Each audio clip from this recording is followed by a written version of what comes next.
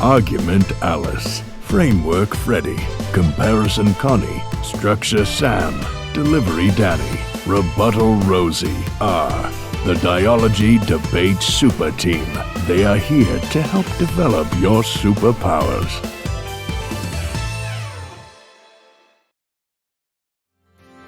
Hello everyone, Delivery Danny here. Today, we will continue your training in the art of delivery. Our lesson will focus on the crucial skill of volume control. Volume, or loudness of a sound, is critical to effective delivery. If a speaker is too quiet, the audience might not understand the speech. If a speaker is too loud, the audience might be uncomfortable or annoyed. Also, even if the speaker's volume is somewhere in the middle, the audience might lose focus if it never changes. These are the two main aspects of effective volume: level and variation. Level refers to how loudly you're speaking. Variation refers to changing the volume of your voice at the right moments. Let's first look at the general level of your volume. Just like when you're listening to music or watching TV, we don't want the volume to be too quiet or too loud. Similarly, your audience does not want you to be too soft or too loud. An appropriate level of volume depends on a few things. First, the distance from the audience. If you're close to your audience in a small room, you do not want to speak too loudly. If you are farther away from your audience in a large room or auditorium, you do not want to speak too quietly. Second, background noises. Sometimes, there are distracting noises during our speech. The air conditioner might be very loud, there may be construction outside, there may be audience members coughing. It is your job to adjust the level of your volume to make sure the audience can hear. Also, if you're speaking in front of a microphone, you must remember to test it. We will see an example a bit later. Next, let's consider the variation in your volume. Once we find the correct volume level, it is essential to add variety. For example, an engaged audience will naturally respond to a speaker who increases or decreases their volume. This is why speakers will lower their volume when they arrive at a critical point in their speech.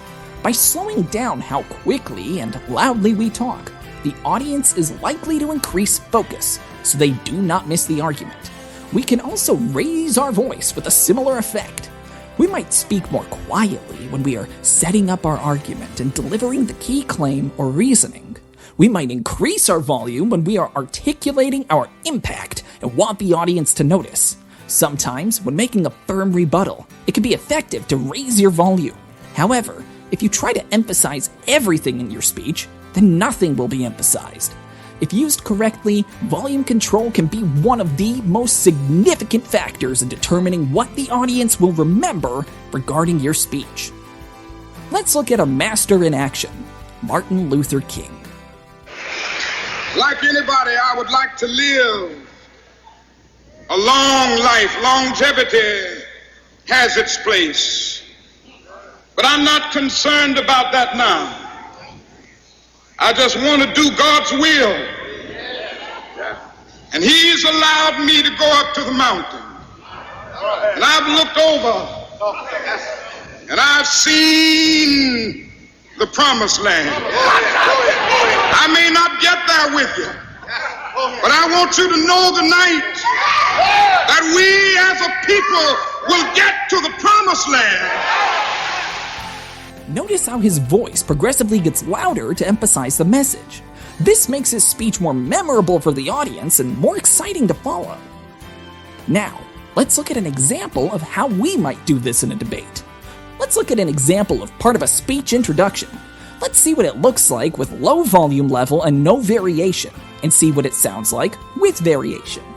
Here is an example of a low volume level and no variation speech that makes me sad. Ladies and gentlemen, the children of today face a significant threat: mobile phones. These devices seem fun, but they are slowly isolating young people, distracting us from our studies and turning us into digital zombies. Now, see how much more enjoyable it is with appropriate volume level and great variation. Ladies and gentlemen, the children of today face a significant threat: mobile phones. These devices seem fun, but they are slowly isolating young people, distracting us from our studies, and turning us into digital zombies. A A simple understanding of volume control will ensure the audience can hear you and feels comfortable. An advanced understanding of volume control will provide necessary signals to the audience about which points in your speech are the most important. Next time you speak, try to use volume as a way to enhance your message. Good luck!